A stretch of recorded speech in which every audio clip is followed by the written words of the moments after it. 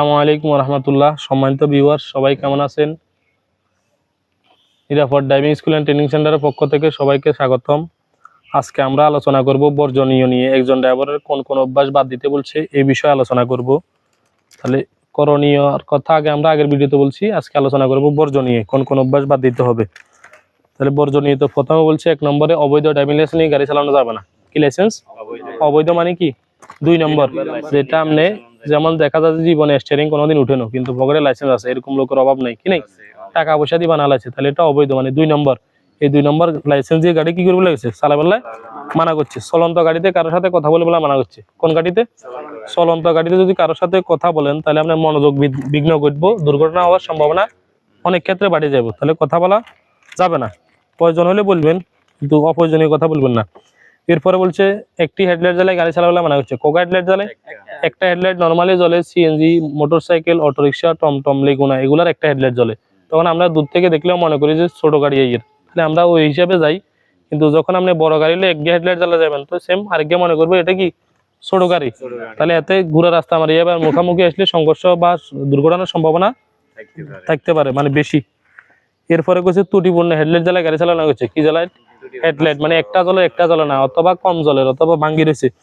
এরপরে কইছে ব্যাকলাইট। কি লাইট? মানে পিছনের লাইট, ইন্ডিকেটর লাইট ইত্যাদি জ্বালায় গাড়ি চালালে মানা করছে, ত্রুটিপূর্ণ মানে নষ্ট। এরপরে কইছে নির্ধারিত গতিসীমার বাইরে গাড়ি চালানো হচ্ছে। কোন গতি? নির্ধারিত গতির বাইরে গাড়ি চালালে মানা করছে। তাহলে নির্ধারিত গতি যেখানে সাইনবোর্ডে যত সাইন, ট্রাফিক সাইনে যেখানে যত লাগছে ওই গতিতে গাড়ি চালাবেন। এরপরে কইছে ওভারটেকিং নিষিদ্ধ এলাকা। কোন এলাকা? যেখানে ওভারটেক করা নিষেধ বলছে, সাইনবোর্ড আছে লালের গোল, বাধ্যতামূলক নিষেধ চিহ্ন আছে, ওভারটেক করা নিষেধ, ওইখানে ওভারটেক করতে কি বলছে? এরপর বলছে রাস্তার বাঁকে, বাঁক মানে কি? মোড়ে। কথা বুঝেছেন? এরপর সরু ব্রিজ মানে চিকন ব্রিজ, যেখানে দুইজন গায়ে অথরে যাতায়াত করতে হইতো না, তাহলে এই জায়গা ওভারটেক করবে মানা করছে। এরপর 3 রাস্তার মোড়, চৌরাস্তার মোড়, বাজার, মসজিদ, মাদ্রাসা, স্কুল, কলেজ, হাসপাতাল, মক্তব, মন্দির, জনবহুল এলাকা মানে যেখানে জনসমাগম বেশি, তাহলে ওইখানে ওভারটেক করতে না করছে। ওভারটেক করলে ঝুঁকি থাকে, দুর্ঘটনার ঝুঁকি থাকবে। এরপরে বলছে গাড়িতে অতিরিক্ত যাত্রী তুলতে না বলছে। কি বলছে? অতিরিক্ত যাত্রী উঠানো যাবে না। অতিরিক্ত যাত্রী উঠাইলে গাড়িতে গাড়িরও সমস্যা হবে, রাস্তারও ক্ষতি হবে, আবার মামলা খাইবেন। কি খাবেন? এরপরে কইছে মাদক দ্রব্য সেবন করে গাড়ি চালাইতে না করছে। মাদক দ্রব্য বুঝেন তো? লাল পানি, সাদা পানি, শুকনা খাবার যা আছে, নেশা জাতীয় যত দ্রব্য এগুলা খায় গাড়ি চালাবেলা মানা করছে। এরপরে বলছে গুম গুম বা বলে। কি বা বলে? গুম, চোখে গুম আসে। গুম এমন খুবই ডেঞ্জারাস জিনিস। যারা রেন্টেকার চালায় বা লং ডিস্ট্রিক্ট গাড়ি চালায় তারা খুব ভালো করে জানে। আমরা যখন চালাইতাম মানে চোখে পানি মারিয়ে, অনেকে তো ধূমপান করার অভ্যাস আছে, ধূমপান করে, বা অনেকে পান খার, অনেকে চা খার। এই যতই খান 10-20 মিনিট একটু ঠিক থাকে, এরপর আবার ঝুঁকি চলিয়ে গিয়ে। তাহলে এরকম অবস্থায় আপনি রেস্ট করবেন বা অপেক্ষা করবেন, জিরে নেবেন, তারপরে গাড়ি চালাবেন। এরপর বলছে গাড়ি চালানো অবস্থা নিজে ধূমপান করতে না করছে, আরেকজনের ধূমপান করবে মানা করছে, বিরত রাখবে লাগছে। তাহলে নিজেও ধূমপান করবেন, আরেকজনের ধূমপান করতে। ধূমপান স্বাস্থ্যেরও ক্ষতি করে, আবার গাড়ির যাত্রীও ক্ষতি করবে। কথা বুঝে আসছে? পথচারী এবং ক্ষুদ্র যানবাহনের প্রতি ঝুঁকি সৃষ্টি হয় এরকম মনোভাব নিয়ে গাড়ি চালানো যাবে না। পথচারী কারা? যারা রাস্তা দিয়ে হাঁটেন। কথা বুঝে আসছে না? এদের প্রতি ঝুঁকি সৃষ্টি হয়, চাবি চুবি, ধাক্কায় ধুক্কাই, সর আই চালামু। আর প্রাইভেট কার তোর টমটম ওটা চাবা চাবি গিলে করো, ধাক্কায় চাবি হালা দিবেন, করন যাবে না। এরপরে কইছে গাড়ি চালানো অবস্থায় মোবাইল ফোনে কথা বলতে না করছে। কি ফোনে? মোবাইল ফোনে যদি কথা বলেন তাহলে মনোযোগ যাবে কই আরেক দিকে, তাহলে কথা বলতে না হচ্ছে। কথা বলে মোবাইল ফোনে কথা বলে জরিমানা 5000। কথা বুঝাইছেন? রাস্তার উপর যত গাড়ি থামাই যাত্রী উঠানামা করতে কি করছে? মানা করছে। কিন্তু যারা তো মনে করেন যারা প্রাইভেট চালায় ওরা মোটামুটি নিয়ম মানে, কিন্তু সিএনজি আমগো লোকাল বাস, যেমনি আর হাত তুললে ব্রেক, নইলে ডাইরেক্ট খাই যার, কোনো সামনে কি আছে হিসে কি আছে এখন সাহেবের সময় নেই, তাহলে এটা করা যাবে না। এরপরে বলছে অযথা ওভারটেক করতে না বলছে। অযথা ওভারটেক করবেন না। ওভারটেক করা দুর্ঘটনার অন্যতম কারণ। কি কারণ? দুর্ঘটনা ঘটার সম্ভাবনা বেশি। ও কারণে হর্ন বাজাতে না করছে। কি কারণে? ও কারণে যদি হর্ন বাজান, হর্ন 1 নম্বর কথা শব্দ দূষণ করে। কি করে? এরপরে আপনার নিজেরও শ্রবণ শক্তির সমস্যা করে। এই যেমন মাদ্রাসা, মসজিদ, মক্তব, মন্দির, হাসপাতাল এইসব সাইডে তো ডাইরেক্ট নিষেধই আছে। কথা বুঝেছেন? এরপরে বলছে অস্বাভাবিক দ্রুত গতিতে গাড়ি চালাবেন না, মানে নিয়ন্ত্রণের বাইরে।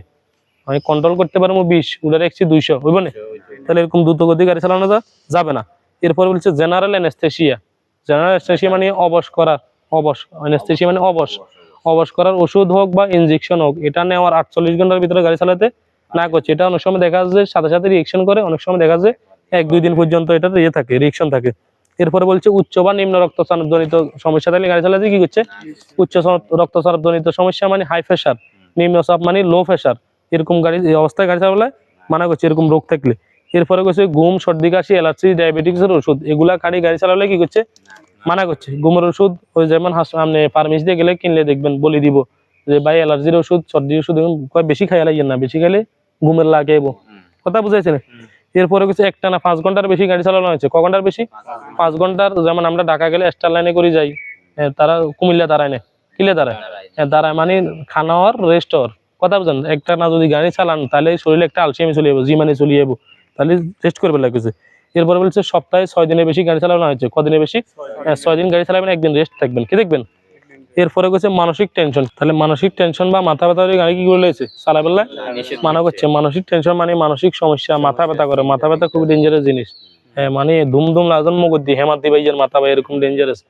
চশমা লাগাইছে আর মনে করি না চোখের পাওয়ার কম, চশমা লাগাবার কারণে গিয়া মাথা ব্যথা। তাহলে মাথা ব্যথা হলে মানসিক টেনশন থাকলে গাড়ি চালাবে মানা করছে।